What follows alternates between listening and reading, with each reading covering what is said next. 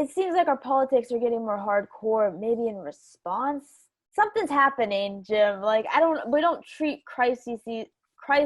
It's almost like they're doubling down on repeating this, keep things as it goes, keep the status quo going.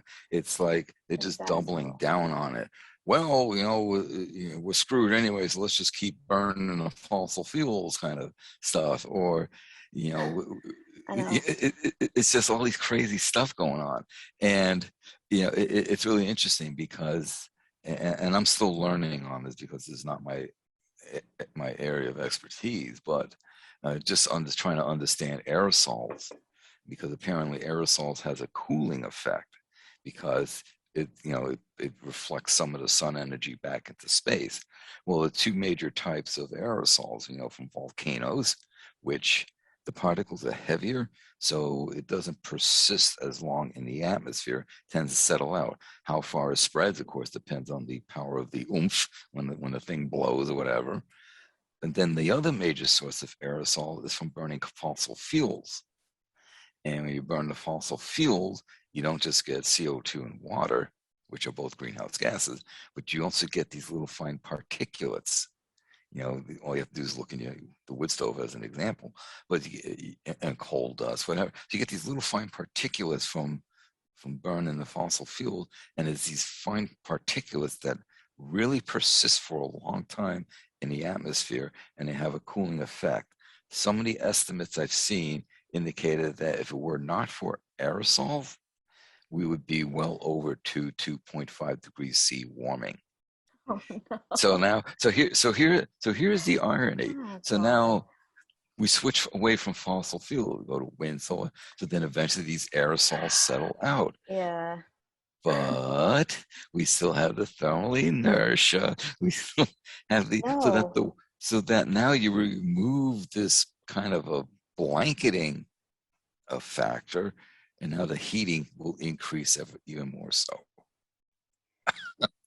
Yeah, we're locked in, Jim. We're We're locked. Yeah, locked in. we're Thermal locked in. inertia is like Yeah. the key word. What's done is done, and now we're gonna have to live through some treacherous Or as the old saying times. goes, stick your head between your legs and kiss your ass goodbye. But it's Yeah, we underestimate like how humans can adapt and overcome, but I mean these temperatures that like we talk about, I mean they're like very extreme beyond like they're extinction level events, and like we just yeah, assume status is like just keep going, and that brings me back to how there's been more deaths this year than last year because it's just like it's kind of interesting.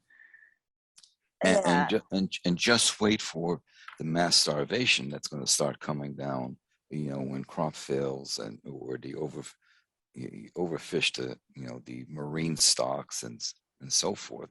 There's going to be mass starvation, and we have capitalism imposing mass starvation on us right now yeah, because the whole I'm sure you've been to the grocery stores lately.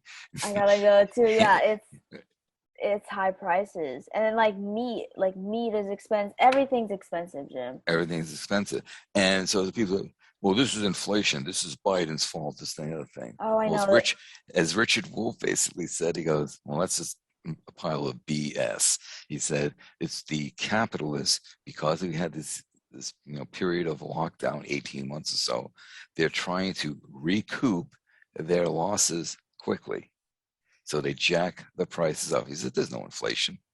It's just them arbitrarily jacking up the prices to recoup what they lost last year. And we all Interesting. know that prices don't come down once they go up.